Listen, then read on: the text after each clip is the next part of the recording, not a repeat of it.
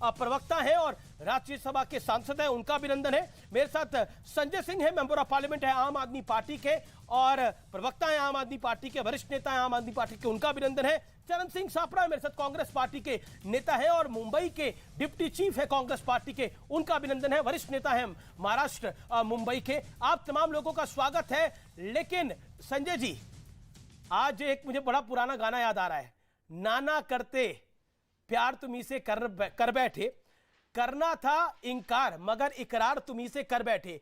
8 महीने तक आपने सत्येंद्र जैन का इस्तीफा नहीं लिया, लेकिन आज जैसे ही सुप्रीम कोर्ट ने मनीष सिसोदिया के मामले में आपकी याचिका को खारिज करा, आपने मनीष सिसोदिया का भी इस्तीफा ले लिया, सत्येंद्र जैन का भी इस्तीफा ले लिया।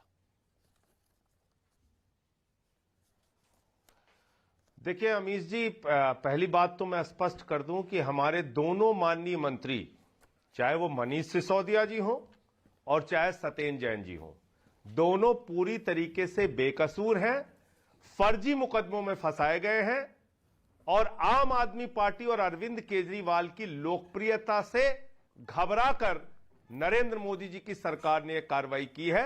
मंत्री पद से जो इस्तीफा लिया गया है वो मात्र इसलिए कि दिल्ली के लोगों का काम बाधित नहीं होना चाहिए। 18 विभाग थे मनीष सिसोदिया जी के पास, जो सत्येंद्र जैन के भी विभाग थे, और इसलिए दिल्ली के 2 करोड़ लोगों के प्रति, उनकी सेवा करने के प्रति जो प्रतिबद्धता है केजरीवाल जी की, उसके कारण से यह इस्तीफा लिया गया है, जिसको मंजूर भी किया है मुख्यमंत्री जी ने। जहां तक मंत्रियों पर आरोप का सवाल है, मैं इन्वर्टेड कामा में दोहरा रहा हूं बात को, वो बेकसूर थे, बेकसूर है और बेकसूर आपकी दलील हो सकती है, लेकिन मेरा एक काउंटर सवाल है संजय जी, मेरा काउंटर सवाल है जो बड़ा अमीर जी, ये ऐसे फिर डिबेट नहीं हो पाती है। नहीं, सवाल मैं पूछ रहा हूं, मेरा काउंटर सवाल है मेरा। संजय जी, मेरा काउंटर सवाल है, आप पूछिए, आपके सवाल का जवाब ना दूं तब आप टोकिए। मेरा काउंटर सवाल सुन लीजिए, फिर आप जवाब दे दीजिएगा। मेरा काउंटर सवाल है कि 8 महीने तक सत्येंद्र जैन को बिना जिसे कहते हैं विभागों के मंत्री रखा गया, तो वो क्यों रखा गया, तब का काम बाधित नहीं हो रहा था? ये सवाल कौन देगा? ये सवाल पूछा जाएगा संजय जी। हां बिल्कुल, आपका जवाब दे देता हूं, क्योंकि जो उनके विभाग थे वो विभाग मनीष सिसोदिया जी देख रहे थे, इसीलिए उनके पास आप लोग सुबह से यही तो चला रहे हैं, 18 विभाग, सारे विभाग मनीष सिसोदिया जी देख रहे थे। अब गर्दन दबा के भारतीय जनता पार्टी की और मोदी जी की सरकार ने मनीष सिसोदिया को भी जेल में डाल दिया।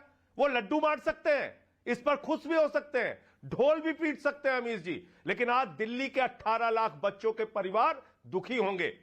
वो देख रहे होंगे मोदी जी का चरित्र, वो देख रहे होंगे भारतीय जनता पार्टी का चरित्र क्या है इन लोगों की। और मैं तो उम्मीद कर रहा था अमीश देवगन जी, मेरी तो आंखें तरस गई कि अडानी के घोटाले पे आप अपने डिबेट में बुलाते, मोदी जी से भी सवाल पूछते 2-4।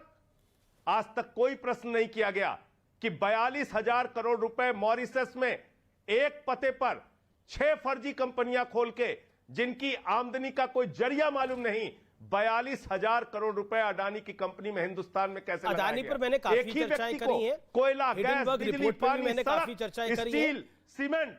जी, मैंने हिडेनबर्ग रिपोर्ट पर, हमको तो कभी आपने बुलाया नहीं चर्चा के लिए। आप ना आए हो, लेकिन कांग्रेस के कई नेता रहे हैं। हो सकता है आपका उस दिन समय ना मिला हो, लेकिन कांग्रेस के कई नेता रहे हैं, भाजपा के कई नेता रहे हैं। सुन तो लीजिए। जी, मैं कह रहा हूं इसका जवाब मिला आपको सरकार से। लेकिन आज का विषय, अगर जिस दिन मैं अडानी पर बहस करूंगा आपको जरूर बुला लूंगा, आपके पास भी समय होना चाहिए। लेकिन आज का विषय यह है कि मनीष सिसोदिया को सुप्रीम कोर्ट ने भी राहत नहीं दी। जी, एक एक करके मैं ये कह रहा हूं कि विपक्ष के सारे नेताओं को फांसी चढ़ा दीजिए। लेकिन बात तो सुन लीजिए, आप पहले आप तो सुन लीजिए, वो नहीं सुन रहे हैं, कम से कम आप तो सुनिए। सुन रहा हूं मैं आपकी बात, तो 3 मिनट से। जी सर, बोलिए। हाँ, मैं ये कह रहा हूं आपसे ये कह रहा हूं कि आज मोदी जी की पार्टी में जो शामिल हो जाता है वो राजा हरिश्चंद्र बन जाता है। जो विपक्ष में है वो गुनहगार है, अपराधी है, उसका जवाब लेते, उसको जेल में डालो। जी। हेमंत विश्व शर्मा पे वाटर घोटाले की रिपोर्ट भारतीय जनता पार्टी ने जारी की थी, संजय सिंह ने नहीं की थी। सीबीआई की जांच शारदा स्कैम में मुकुल राय पे, शुभेंदु अधिकारी पे चल रही थी, दोनों बीजेपी में शामिल हो गए और एक मुख्यमंत्री बन गए आसाम के। व्यापम घोटाले में शिवराज सिंह फंसते हैं, उनको मुख्यमंत्री बनाते हैं। येदियुरप्पा माइनिंग घोटाले में फंसते हैं, उनको मुख्यमंत्री बनाते हैं। 8 साल में 3000 छापेमारी करती है ईडी, संजय जी, और मात्र 0.5% कन्विक्शन रेट है। जी जी जी संजय जी, अब आपकी पूरी बात को सुना गया है। पूरा देश बेचने का मेरा निवेदन है घोटाला कर रहे हैं। जी जी जी, वो विपक्ष के लोगों को पकड़ पकड़ के जेल में डाल रहे हैं। देखिए, संसद में सवाल हम लोग मांग कर रहे हैं जेपीसी बनाने की, क्यों नहीं बनी? लेकिन दोनों मैटर्स को आप मिक्स मत करिए।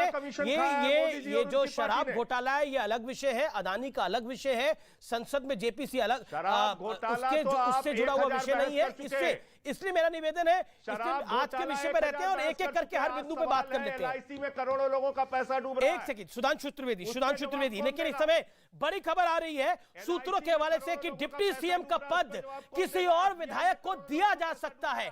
जो हाईली प्लेस्ड सोर्सेज है, डिप्टी सीएम का पद किसी और विधायक को दिया जा सकता है और महिला चेहरे को आगे करना चाहती है आम आदमी पार्टी। ऐसी सूत्रों के हवाले से खबर आ रही है, हाईली प्लेस्ड सोर्सेज के हवाले से खबर आ रही है, यानी डिप्टी सीएम कोई और बनेगा अब, ऐसी खबर आ रही है। मैं सीधा रुख करता हूं सुधांशु त्रिवेदी का। सुधांशु त्रिवेदी वो कहते हैं कि विपक्ष का कोई नेता होता है उसको जेल में डाल दो, फांसी लगा दो, लेकिन कहानी इतनी आसान है क्या? क्योंकि आज सीजीआई ने भी बहुत कुछ बोला है। उन्होंने कहा है कि दिल्ली में केस रजिस्टर होने का मतलब यह नहीं है कि सीधे आप सुप्रीम कोर्ट आ जाएंगे। आज जो सीजीआई ने बोला है वो भी काफी स्केटिंग फैक्ट्स है।